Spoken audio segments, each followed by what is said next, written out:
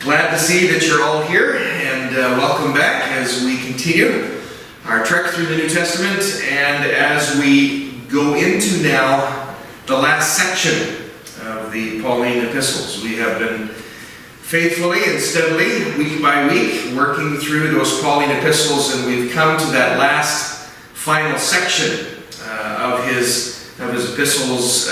We perhaps are more familiar with them being called the pastorals, or the pastoral epistles. And so that's where we're beginning into that new section tonight. And as we carry on, you'll see their significance. And we're just dealing with 1 Timothy, of course, tonight. But that gets us started into this last section of Paul's epistles as we continue our journey. So we know that Paul wrote about half of the New Testament, 27 books in total in the New Testament. About half of those were written by the Apostle Paul himself, with the last three that he wrote being 1 Timothy, Titus, and 2 Timothy, and they come in that, or he wrote them in that order. We're not going to cover them in that order. We're going through the order that we have them preserved for us in our English translations. But if you want to know the order in which he wrote those, he wrote Titus, the letter to Titus, between the 2 Timothy letters. And these last letters have been called the pastorals, or the pastoral epistles. Why?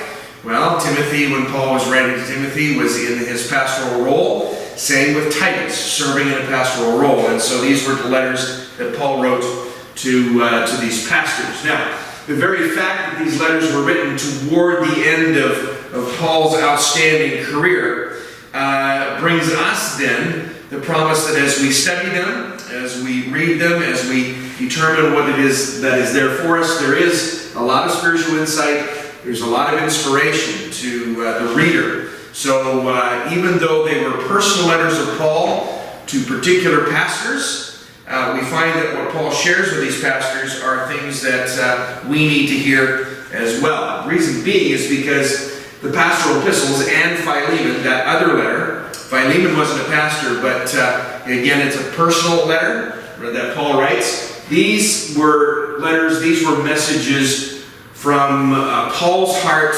to these individuals' hearts, Timothy, Titus, and Philemon. So it's in these letters, these pastoral epistles plus Philemon, it's here where we learn much about what we would call individual Christians. You see, previous, as we've been working through the Pauline epistles, we've been talking about groups of Christians involved in a church or groups of churches, right? In a particular locality. These letters are written to individuals. So Paul and Timothy and Titus, Philemon and Onesimus. We'll be introduced to Onesimus when we get to Paul's letter to Philemon. And the members of the churches in Ephesus and Crete and Colossae. These were all the churches that these ones were either involved in or ministering in. And since we know that human nature does not change from generation to generation, we can easily see why these letters, even though they were written so long ago, are contemporary for us today. And you will see this as we go through these letters, that they are indeed good for us today and encourage us today. So that gives us an introduction into 1 Timothy and into the section of the pastoral epistles. Let's talk about 1 Timothy in itself. 6 chapters in this letter alone. Okay, so a nice leisurely reading for the week. If you take a chapter a day, then you'll find that by the time you get to the end of the week, you're done and you can see what Paul had to say to Timothy. But what I've done with this letter is I've given each chapter a particular title. Okay, that's the easiest way to outline it for us. So, first chapter, Paul gives his charge to Timothy, his encouragement to him as he continues on in his ministry. And then he gives him in chapter 2 the command to pray, to be involved in prayer. Paul, as he's involved in praying for Timothy, he tells Timothy that, and asks Timothy to pray for him and for the church to be praying for him. He then gets into chapter 3 when he's talking with Timothy in his letter. He talks about the characteristics of leaders, church leaders specifically. We'll get into this a little more deep as we go on this evening. But here is the chapter that we often all go to when we're talking about church leaders and their qualifications. It's chapter 3 in 1 Timothy where we find those qualifications. Chapter 4, Paul then deals with the condemnation with regard to error that is taking place in the church that Timothy is involved with, the great apostasy that is taking place, and how he encourages Timothy to continue to be steadfast and to guard the faith. Chapter 5, he gives some instruction with regard to the care of widows. That was a particular issue that they were dealing with. Do you remember where else we were thinking about and talking about the caring of widows in the New Testament? Do you remember where that was? In Acts, yeah. In Acts chapter 6 was the issue there. And it comes up again in Paul's letter to Timothy in chapter 5. And then chapter 6, he talks about the curse of riches. And the reason why we call it the curse is because, well, it alliterates with everything else. Okay? But we're talking here about the fact that Paul gives some instructions in chapter 6 with regard to those who are wealthy, how they need to be careful, how they need to respond to the leading of God in their lives. And so that's what that chapter is about. So if you take the time to read through 1 Timothy this week, that outline or those chapter titles will help you as you read, and you can see what's taking place and going on. And as far as some background now with regard to this letter, let's talk about Timothy first, all right? Who was Timothy? Why is he so important? In fact, when we talk about Timothy, he is, we would regard him as one of the most likable and devoted Christians in the entire New Testament. Other than some of the other names that we often come across, or we think about when we think about the New Testament, we often think about Paul, right? Because of all the letters that he wrote. We think about John. We think about Peter, right? Timothy is another one of those names that we often think of when we think about the New Testament. One of those most likable and devoted people. And from a human standpoint, Timothy's greatest honor was to be chosen as an assistant to what we would call the church's foremost missionary leader, Paul himself. So Timothy and Paul, basically, when they were involved in ministry together, were basically joined at the hip. In fact, Timothy was Paul's closest friend right to the very end of Paul's life. And what Paul recognized was Timothy's worth and the relationship that he had with him. He calls Timothy in chapter 6, verse 11, he refers to Timothy as a man of God. Okay? For that title to be given to Timothy from someone like the Apostle Paul, that is not a phrase that was used lightly. Paul did not use it lightly. We don't find him really referring to anybody else in his New Testament writings as a man of God, other than Timothy. So that gives you an idea as to the type of relationship that they had in ministry. Where did Timothy come from? He was a native of Derbe, and he was the son of a Gentile father and a Jewish mother. Okay? And his mother and his grandmother are mentioned by name in the second letter. And we'll be introduced to them in 2 Timothy when we get there. But the mother's name was Eunice, and the grandmother's name was Lois. All right? And so Paul introduces us to them. And when Timothy was born, we estimate Paul was about 35 years old, okay, when Timothy was born. And so by the time that Paul is writing to Timothy and so on, he's twice Timothy's age, okay? And when 1st and 2nd Timothy are written, we're estimating Paul was around, 75 years old, or 70 years old, okay? Just to give you an idea of all that's taking place. And from the time that Timothy was a child, he was instructed by his mother in the Old Testament Scriptures. That's something that's not unusual for that time. It was the father in the household that would teach the son the trade. If it was a completely Jewish household, Timothy's wasn't, but if it was a completely Jewish household, a Jewish father, Jewish mother, the father would be responsible for teaching the son the trade that he was in. The mother was often the one who would do the religious teaching or the educational teaching, the teaching of reading and writing and all the rest of those things. It would often be the mother that would be teaching the children, all right, in those things. So to have Timothy's mother instructing him in the Old Testament Scriptures, not uncommon, not a surprising thing. And the Old Testament Scriptures, of course, being used in the education process. And of course, his mother had been taught by her mother, Lois. All right, and it gives us that distinction there. Now, Timothy's Gentile father, obviously, he did not hinder this Jewish religious training. We're not sure whether or not even Timothy's father may have been alive for very long after Timothy was born. We really have no record. We don't know per se, but it's obvious that if Timothy's Gentile father was still alive during this instruction, he certainly didn't hinder any of that for Timothy's sake. As far as Timothy's name, it means honoring God or honored by God. All right, so Timothy is still a fairly common name, even in our North American context. If you know a Tim or a Timothy, now you can tell them what their name means. I don't know if that would encourage them or if that would freak them out. I don't know. That's what Timothy means. To be honored by God or honoring God. And that's, Timothy's mother very likely chose the name because of her own faith in God herself. What about Timothy's conversion? Do we know anything about his commitment to follow Christ? We know this much, that Timothy and his mother were probably converted when Paul visited Derbe on his first missionary journey. And when we read 1 Corinthians 4, when we read 1 Timothy 1, verse 2, we can conclude there that it was probably and most likely Paul who led Timothy to the Lord, because as you see it in verse 2 of chapter 1 in 1 Timothy, how does Paul refer to Timothy? He says, to Timothy, a true son in the faith. All right? So that kind of phrase gives us an indication here that it is quite likely that Paul was one who led Timothy to the Lord. And at that time, when he was led to the Lord, he was a young man, maybe in his late teens, when he came to realize his need for Christ and gave his life to Christ.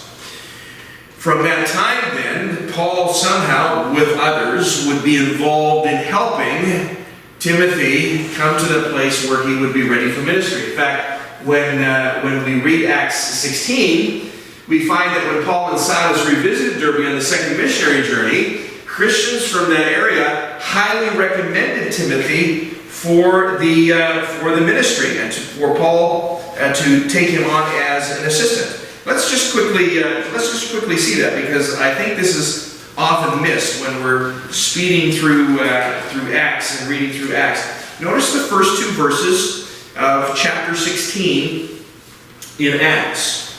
Then he came to Derbe and Lystra, and behold, a certain disciple was there named Timothy, the son of a certain Jewish woman who believed, but his father was Greek. He was well spoken of by the brethren who were at Lystra and Iconium. So Timothy had grown in the faith. In fact, had grown to the point where the churches in that area were saying to Paul, listen, you need to invest some more into the life of this man. He is ready and needs to be trained for ministry. So Paul responded. Timothy was circumcised and ordained to the ministry of the word. We find that in verses 3 through 5 of Acts 16, and there's a mention of it made in 1 Timothy 4:14.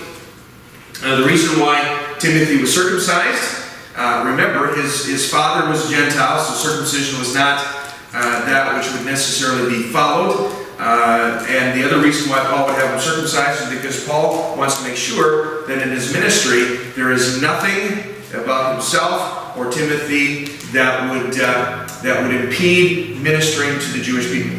Okay? If they knew that Timothy was uncircumcised, that would be an impediment to the ministry to the Jews that Paul and Timothy would have. All right? So that's the reason why that happened there. Then from that time onward, Timothy was Paul's closest co-worker. And we know in reading the New Testament that there were various serving capacities that Timothy had. For example, he was Paul's aide on the journeys that took place and he would be responsible for doing many of the necessary menial tasks, as well as helping in the ministry of the word. It's quite possible that one of the things that Timothy would be responsible for was lining up the itinerary for the places that that Paul would visit on his missionary journey. He was also Paul's representative to young groups of Christians. Timothy would be involved in the follow-up work that would take place in the churches after Paul would leave and head on to another place. And so Timothy would be often the one that would stay behind to do the follow-up work that would take place. We also know that Timothy was often Paul's companion in prison. What we mean by that was that Timothy would be responsible for making sure that while Paul was in prison, he was fed, making sure that he was cared for if he had any medical issues. Because remember, during the days of Paul, the prison system was not as concerned about the inmates as we are in our North American context today. So if you were hungry and you didn't have anybody providing you food, the state wasn't all that interested in providing you any food. And so Timothy would be involved in doing that. If you got sick while you were in prison, Timothy would be involved in helping to make sure that he was well. Timothy would also come and visit Paul in prison to give him reports of the different churches and what was going on. And Timothy was often a mail provider as well. He would bring the mail from the churches, the letters from the churches that would come back to Paul, and Paul would write letters in response, and Timothy would take some of those letters back. So Timothy was quite involved in Paul's ministry itself and in the service end of it. We also know from reading the New Testament, we find some things about the character of Timothy as well. We know that he was a tender and affectionate person. And we also know that in that tenderness and that affection, he was also known to be timid. But at the same time, in his ministry, he would be tactful. In fact, often some people compare Paul and Timothy with the good cop, bad cop illustration, right? Paul being the bad cop, and then Timothy would come along and kind of try and smooth things over, and he would be tactful in his response to the people. We know him as one who is faithful and loyal. Philippians 2 especially tells us about his conscientious nature, to the point where even Timothy becomes quite ill with regard to his ministry and the devotion that he has to his ministry. He was devoted to God, as Paul talks about in 6:11 of his first letter, calls him a man of God. And we also know that he had some type of physical infirmity. We're not quite sure what it was, but in 5:23 of the letter, we find that Paul talks, or suggests to Timothy, take a little wine for your stomach's sake. And so there was some type of stomach ailment that he had. It was a recurring thing, whether it was ulcer or whatever. We don't know, but we do know that he had some type of physical ailment as well. Isn't that interesting? Paul also had a physical ailment too. Remember, his thorn in the flesh? We're thinking probably some type of eye problem, and it seems that Timothy had some type of stomach problem of some type or sort. As far as his death and Paul's death, the Bible doesn't really reveal any details of the deaths of Paul or Timothy. And according to tradition, again, remember, tradition, okay? This is what some believe. Paul was executed by Nero, who was the emperor of the Roman Empire at that time. Remember Rome burning and Nero playing his fiddle, that whole story. And then Timothy, according to tradition, suffered martyrdom later, either under the Emperor Domitian, who, if you thought Nero was bad, Domitian was even worse, or if it wasn't Domitian, then it was the Emperor Nerva. That's according to tradition. All right. So there's Timothy with regard to him as a particular person. Questions or thoughts that you have there? When Timothy was taken care of while he was in prison, how financially would he have to have a job in order to provide for his needs? It's quite possible, or Timothy may have been the one that was collecting monetary gifts from the churches in support of Paul and responsible for its distribution and organization and all the rest of it. So it is quite possible that Timothy as well was doing some work along the side. It's quite possible. We don't know that for certain, but have to support somehow, yes. right? right? Any other questions or thoughts there with regard to Timothy? Do we have any idea how long these men lived?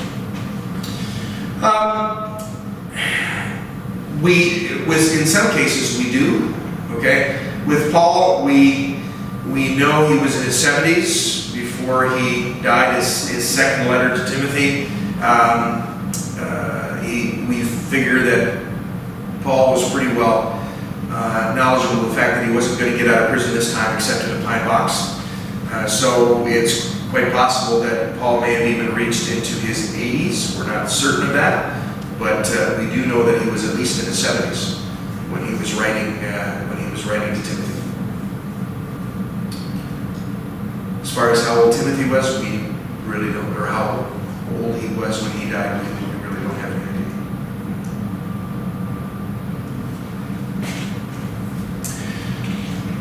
The author Paul, of course, many things that were related to Paul's ministry.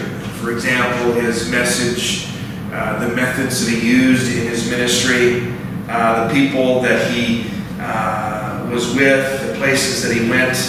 All of this up to the time of Paul's writing his first letter, 1 Timothy, form all the background of the pastoral epistles that we will be working through as we continue on here. So 1 Timothy, 2 Timothy, Titus gives us all background with regard to Paul's ministry and the reason why he's writing these letters. Of course, the churches of Ephesus is the main focal point here with regard to Paul's letter to Timothy, because Timothy, at this point that Paul is writing to him, Timothy is pastoring now the churches in Ephesus.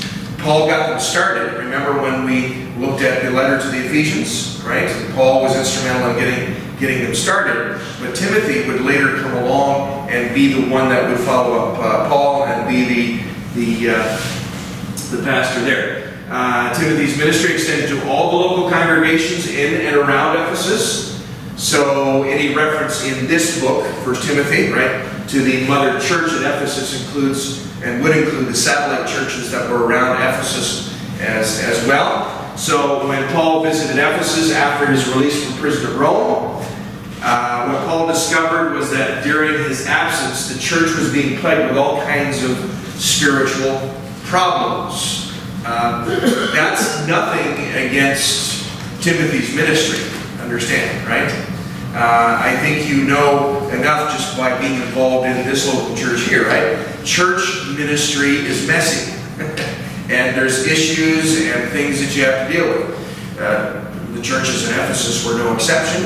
And as Timothy was doing his ministry, it was Paul who was finding out that, there was spiritual problems that were taking place that needed to be addressed. And so what Paul does is he stays a while and he tries to help the people as much as he could with all that's going on. And after a little while, he had to leave for Macedonia. It's at this point where Timothy comes into play, and he continues what Paul started when Paul takes off, to Macedonia. When Paul wrote 1 Timothy, we estimate that the congregations of Ephesus were anywhere between 5 to 8 years old. So these churches, relatively speaking, are quite young. And with the tendency, let's compare it to human existence. Think of a 5 to 8 year old. And what you have to do in the raising of a 5 to 8 year old, right? There's all kinds of things that you have to be involved in and keeping them, especially if they're active, keeping them in line and all the rest. Well, Gene, you would maybe remember from your teaching days some of the characteristics of this age group, right? 5 to 8, and a handful, right? A handful. So now put that in the context of a church being 5 to 8 years old. Yeah, a handful. You're probably looking at some issues there that you have to work through. As far as date and place when this letter was written, Paul probably wrote his letter from Macedonia. We figure around AD 62. And as he writes, he's expecting to return to Ephesus shortly, but he also knew of the possibility of a long delay, and he mentions that as he writes his letter. But the occasion for his writing is what is quite interesting. One of the reasons why he writes is because of the spread of false doctrine that is taking place among the churches in Ephesus and the surrounding churches of that area. He also wants to deal and needs to deal with the problem of spiritual coldness that is creeping into the churches of Ephesus. There's personnel problems in the sense of there are some people that are involved in leadership positions in the church that are not maybe going along with the process as well as they could and needing to deal with some of those issues. There were problems of the worship services. There were certain things that Paul was needing to address with regard to what needs to be happening and who could be involved, who couldn't be involved, and all the rest of those things. Even problems related to the offices of the church and the care of widows, because it's in this letter where Paul instructs Timothy with regard to the offices of the church. Here's the qualifications, the basic qualifications that they need to have in order to be able to serve well, to serve effectively in the offices of the church. And that's why he gets into all of that in chapter 3. So, church ministry, messy, right?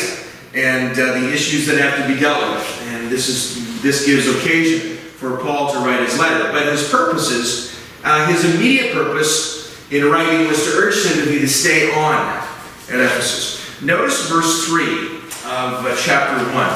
As I urged you when I went into Macedonia, remain in Ephesus, that you may charge some that they teach no other doctrine, nor give heed to fables and endless genealogies, which cause disputes rather than godly edification, which is in faith. When he says remain in Ephesus, you have to come to the conclusion that the reason why Paul is saying remain in Ephesus is because perhaps Timothy has been saying to Paul, you know what, I need to get out of here.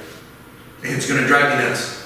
This ministry here is going to drive me nuts, and I need to get out of here with all that's going on. And Paul says in his letter to Timothy, he says, remember when I left from Macedonia? And when I urged you before I left? Stay here.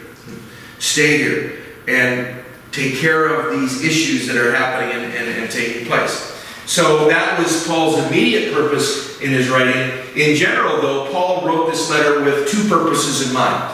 Okay? First being this. It's a personal purpose. He's writing to help Timothy in his ministry. And I tell you, because I've had this experience from time to time, when you're having problems or when you're dealing with issues and problems in the church, it's always reassuring and refreshing to have one who's better or more experienced in ministry come alongside you and say, hey, how can I help? How can we help as you work this through? So that's the one purpose that Paul has in mind generally. The other purpose is what we would call ecclesiastical. Paul is writing to help the churches of Ephesus, and that's why he's writing to Timothy as well. So, underlying both these aims was Paul's ever-present burden of propagating and preserving the truth of the gospel. In fact, you'll find this as you go through 1 Timothy, that theme that's there where Paul encourages Timothy to guard the truth. Guard the truth. Don't let it out of your grasp. Don't be cavalier with it. Guard that and teach it and promote it and propagate it. And he encourages Timothy to be the one to do that because that's Paul's, that's always his aim. We see that right through his epistles up to this point, right? Where he's continuing to talk about the truth of the gospel and how important it is. Questions, thoughts there as we've now dealt with the background of 1 Timothy? When they're sending letters back and forth and Paul's encouraging Timothy, how long would it take for them to get these messages back and forth? Who's doing that? Well, it's all being done usually on foot. Okay, so depending on where Paul is at the time and where the churches are, it would, sometimes several days, if not, a week. Can't text, not like You can't text, no emails, no phone calls. Yeah. Plus plus the time that Paul would take to write these letters, right? And all the rest of it. So yeah, some time is taking place as these letters are going back and forth. You're going to flee, you have to stay longer because you're waiting for a response. Right, yeah. Mm-hmm. Mm-hmm. Yeah, I don't think we know how to respond to it today. If we were having to wait, okay, well, I've written to Paul and I'm going to wait for his response. And it could be a week, 2 weeks. So who would they send that letter with to get to them? Whoever was transporting these letters and reports to Paul. And there were several different people. Okay. Yeah. Timothy being one of them. Any other thoughts, questions? So, snail mail, it existed then. Express. Yeah, it existed then. Prominent subjects. One of the prominent subjects of 1 Timothy, among several that we'll look at tonight, he talks about intercessory prayer. First 7 verses of chapter 2. Note it as we take a look at it here. Verse 1, chapter 2. Therefore I exhort first of all that supplications, prayers, intercessions, and giving of thanks be made for, notice, in my translation, all men, or all people. Okay?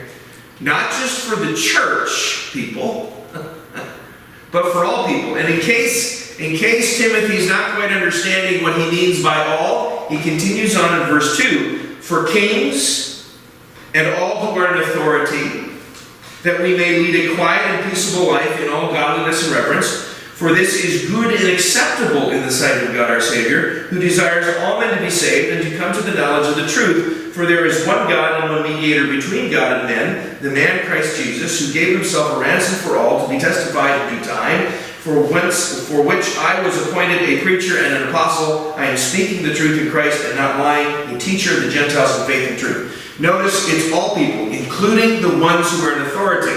Now, let's think about this for a minute. When he's talking about the ones in authority, he's talking about the ones who are leading the empire at this time. Right? And they're not nice to the church. But Paul is encouraging Timothy to be involved in interceding for them in your prayers. Praying for them before God. I think that's a challenge for us. In the sense of, depending on your political bent and your political preferences, how easy is it for us to intercede on behalf of, let's say, the Prime Minister? Or to intercede on behalf of the Premier? Right? Go ahead, Shirley. I don't know if I should share this, but I had written Premier Wall a letter. Right. And congratulating him and also trying to encourage him to, just to really be committed to God. Mm-hmm. And whatever, as encouragement. And he actually wrote a letter back. Okay. Put a personal note in it. And he said, I covet your prayers and thank you for them. Okay. So he's very open that way. Mm-hmm. Mm-hmm. Good. Excellent. Another prominent subject that Paul talks about with Timothy is women. In fact, this is the passage in 1 Timothy, verses 9 through 15 in chapter 2 that has been written about often and at length and on different viewpoints and different perspectives with regard to women and their role in the church. All right? Now, we don't know what precipitated Paul's writing of this, but he does give some clear instruction as to what he expects to be happening in the church that Timothy and the churches that Timothy is pastoring at the time, and the responsibility that the women have. It's obvious, as Paul addresses this, that there is some type of issue or some type of challenge that is taking place that needs to be dealt with, although Paul doesn't give us that detail in the letter. Why? Because Timothy already knows what Paul's talking about. The problem is that we don't know necessarily what he's talking about because we weren't in the churches at Ephesus at the time to know exactly what the issue was. But here's one of those prominent subjects that Timothy talks about. He talks about women and their role in the church and what he wants them to do and what he does not want them to do. And again, get involved in it at length because we haven't got the time nor is it the purpose here to do that. But here's one of the other prominent subjects that he deals with. Church officers is another main or prominent subject that Paul deals with, and that's especially in the first 13 verses of chapter 3. And when Paul writes here, he writes here about two kinds of church officers. We would call them overseer, or another word for overseer would be elder, okay? And the other one is deacon. Now, what's interesting here is that when we take a look at Paul's writing to Timothy, and when we take a look at the organization of the local church during the time of Paul's writing, remember this is toward the end of his life, okay? Along with the experience that he's had in planting and establishing churches.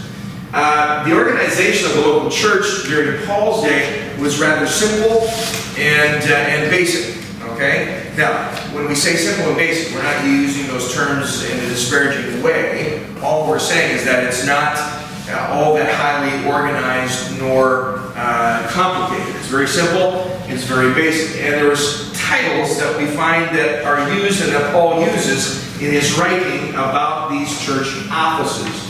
One of those terms he uses is what we would call episkopos. This is directly out of the Greek language in which Paul writes, okay? So the term episkopos, what it literally means is overseer, all right? Or another word that we're perhaps more familiar with would be the word elder, okay? Overseer, elder, that's what this term episkopos refers to. And be it elder, overseer, they refer to the same person. In fact, we find in the New Testament in Paul's epistles that he uses the word episkopos or the word elder, overseer. He uses those words interchangeably in his writing. But in the interchangeableness of those terms, they are referring to the same office. Okay, be it a bishop, or not bishop, but elder or overseer. Now the reason for this is because of the different languages that were present during Paul's day and the different cultures that were present during Paul's day. If he was using the word overseer with regard to episkopos, when he's using the word overseer, he's referring to the function of the office, what the office does, what its function is. Often when he would use the word elder, which was a term that was carried over from the Jewish synagogue days, okay? It was carried over from the Jewish organization. That term elder would then be used to refer not to the function of the office, but would refer to the dignity of the office or the authority of the office. Just like we say today sometimes in our own vernacular, right? Respect your elders, right? Why do we respect them? Because of the authority that they have, because of the dignity that they have, the experience of life that they have amassed together. So that's what the nuances that Paul is using when he talks about overseer. He's talking about what the office does. When he talks about elder, he's talking about their dignity, their authority. And then this other title that Paul gives is what we would call diakonos. Okay? You've probably heard the term diaconate. Okay? That's just an English transliteration of that term. It takes us back to literally what the word means, deacon, which literally means servant or minister. Okay? So when Paul is writing to Timothy, especially in chapter 3, he talks about these two offices, the episkopos or overseer, and the diakonos or the deacon. Okay? And as he's talking about that, he's helping Timothy understand the functions of these two titles, or these two offices. Overseers basically were the superintendents of the local church. They were the ones that were teaching in the congregation. They were the ones that were preaching in the congregation. The overseers were basically the same equivalent as what we would call in today's vernacular, we would call them pastor, because they were responsible for leading and feeding the flock. The deacons were the assistants of the overseers. They served in spiritual matters, but they were more concentrating on the whole factor of the physical, mundane areas of the church's life. For example, to give you an idea, if baptisms were going to be taking place in the church service that day, it would be the deacons that would be responsible for setting up and making sure that everything was prepared. Okay? If they were going to have communion, they would be responsible for setting up and making sure that the table's set and ready to go. Okay? The visiting the visiting of widows and the provision of the widows, that the deacons would be involved in doing that. You get the idea? Okay, so the overseers were superintending the local church ministry. The deacons were then doing the things that the superintendents wouldn't have the time to do because they're busy preparing to teach and to preach and all the rest of those things. It's from this letter that we get our basic idea of church organization and leadership functions and offices. Okay? And all that Paul talks about here are 2 offices. There's an interesting hymn of doctrine that we find in verse 16 of chapter 3. Notice it. And without controversy, great is the mystery of godliness. And notice what is recorded here. God was manifested in the flesh, justified in the Spirit, seen by angels, preached among the Gentiles, believed on in the world, received up in glory. We think that probably what this was a hymn back in Paul and Timothy's day. A hymn that would be used to remind us of the basic doctrine of God. Notice, God was manifested in the flesh. Who is that? God manifested in the flesh. Jesus, right? We're talking here about the incarnation. God in His incarnation. Justified by the Spirit, seen by angels, preached among the Gentiles, believed on in the world, received up in glory. It's all talking about Jesus, right?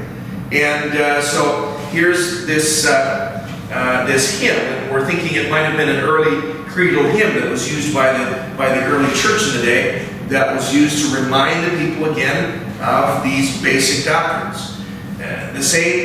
The same kind of idea that we have when we sing in our churches today, be they hymns or choruses or contemporary songs.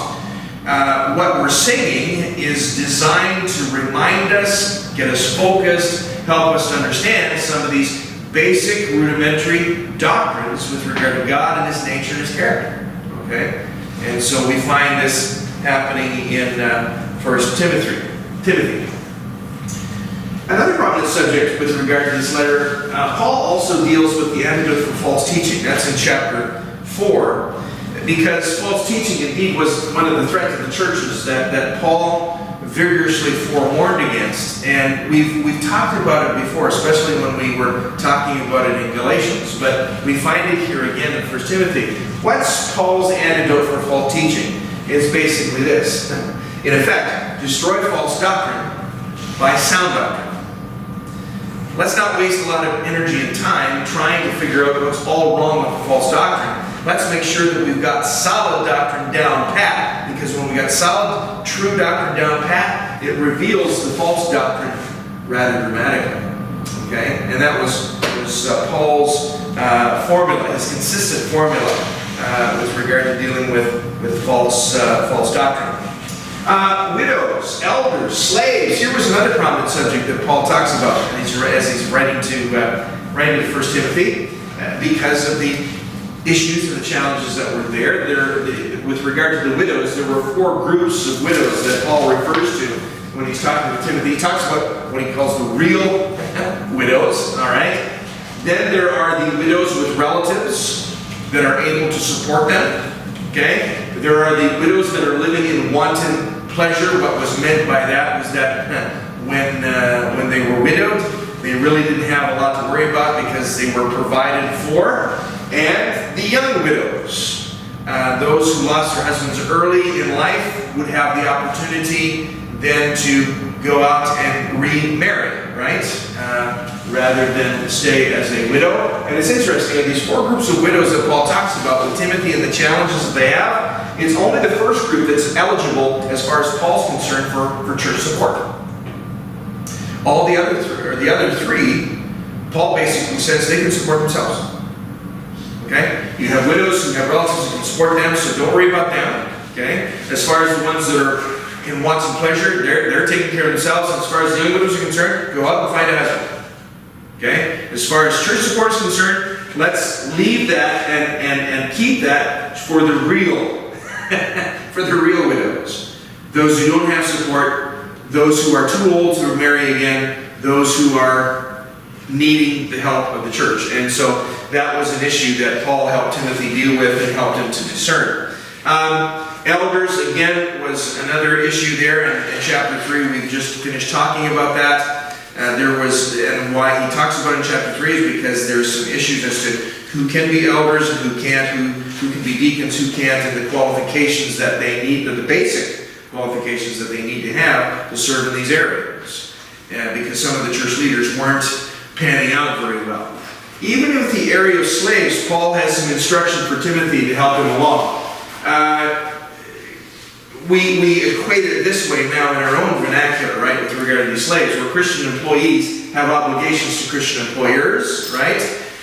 Even as employers have obligations to their employees. And what Paul is helping Timothy with is how this all works out. And so what he does is he applies the gospel to the slave-master situation, right, that existed in the households of many. Because there were new converts to Christ in the first century, you had people who had slaves who were their employees, right?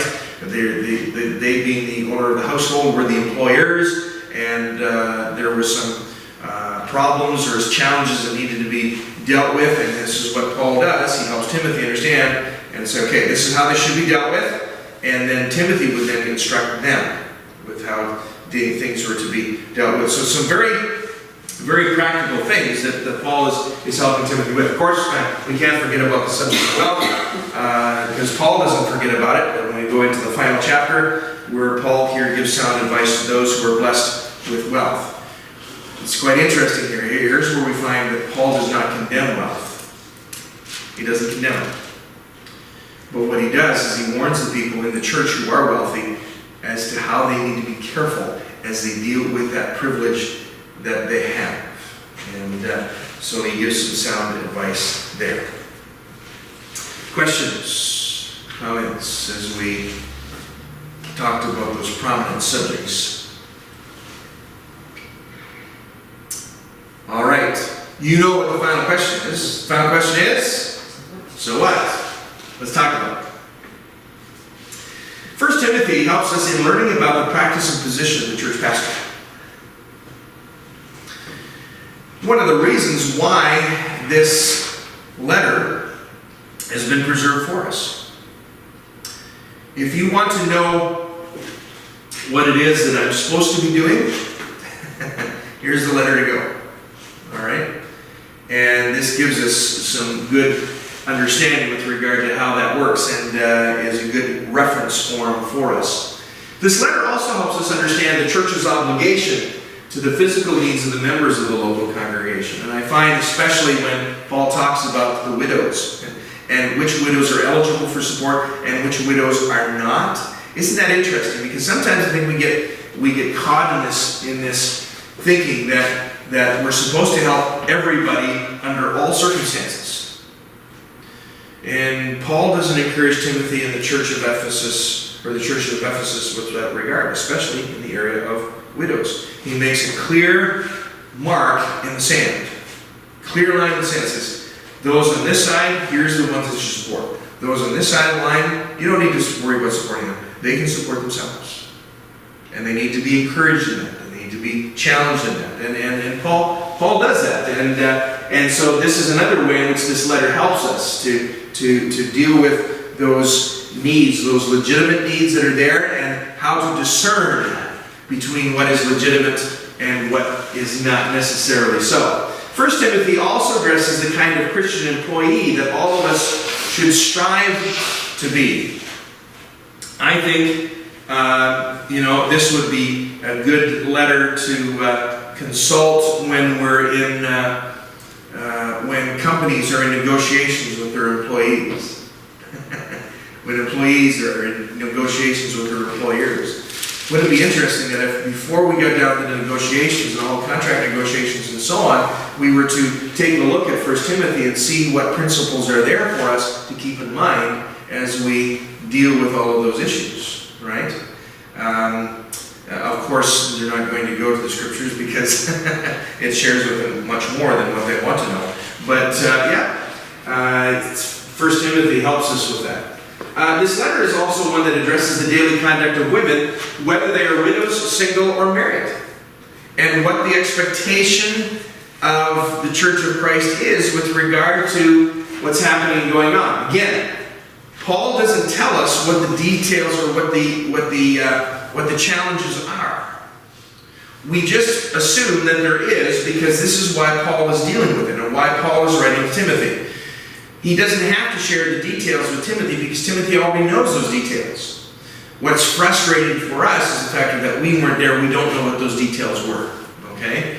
But when we keep that concept in mind, that helps us then when we deal with Paul's address to the women and the conduct that they need to have, whether they be in the widow category, whether they be single women, or whether they be married women. We keep in mind Paul's instruction in the context of the fact that there must have been some type of challenge that the church was dealing with at the time. Okay? Also, Paul helps Timothy to understand why church organization and administration need not suppress spiritual vitality. This is part of the challenge that was taking place. The organization the organizational structure perhaps was taking on a life of its own, and now everything was more of a duty and an obligation than it was a ministry. When Paul in chapter 3 especially talks about the organization and administration of the church, those who hold offices and so on, you'll find that when he talks about this, spiritual vitality in those offices, whether you be an overseer or be a deacon, spiritual vitality is essential. In order to be effective in those church offices, spiritual vitality must be present. And Paul makes no apology for that whatsoever, and this letter helps us with that. Also, 1 Timothy teaches us about prayer. Again, not only teaches us, but I think challenges us, especially when we take a look at the first 7 verses of chapter 2, where Paul encourages Timothy and the churches of Ephesus, again, to be praying. Well, we already know that. Remember, when he wrote to the Thessalonians, what did he say, especially in 2 Thessalonians, he talked about praying without ceasing, right? And all the rest of it. But what Paul concentrates on, especially with Timothy here, is the fact that don't just be praying for those in the church, be praying for everyone. Be praying for everyone. Even those that are really rubbing you the wrong way. Those ones that are getting under your skin. Those government leaders that don't see the way you see it, that don't think the way you think it, that don't agree with what you agree with, you need to be praying for them as well. And it's quite interesting here that he says in verse 2, that we may lead a quiet and peaceable life in all godliness and reverence. It's not our calling to be out there making a ruckus. It's not our calling to be going out there and making things miserable for them. Sometimes we get caught up in all of that, in the emotion of that, and we think, yeah, we need to stand up, we need to make sure that we're hurt, and we need, and all the rest of it. And meanwhile, Paul is saying, in the context of the churches being under the thumb of the empire, saying, be praying for these people and lead a quiet and peaceful life. If we're spending time praying for these people, that's going to help us in leading a quiet and peaceful life. Maybe we need to do more praying and protesting. What do you think? In fact, would the heart of the king, who is in the hand of God, as we are reminded in the Old Testament, hand of God be more effective if we were praying more and protesting less? Something to consider. Something to think about. So, yeah, 1 Timothy, a personal letter by Paul, written to a pastor, sharing with him about the challenges of ministry. There are things here that are good for us, right? And good to remind us, even in our own lives, in our own walk with Christ. So, take some time to read it this week. Learn from it. Be encouraged by it. Be challenged. Let the Spirit of God speak to you as you would read it through. Paul's personal letter to his son in the faith, and as he's dealing with ministry. Some good things there for us as well. Let's pray. Father, thank you again for encouraging us, challenging us, enabling us. Father, thank you for this letter. As we read it, help us to apply it. As we read it, help us to live out its principles. We pray it in Jesus' name.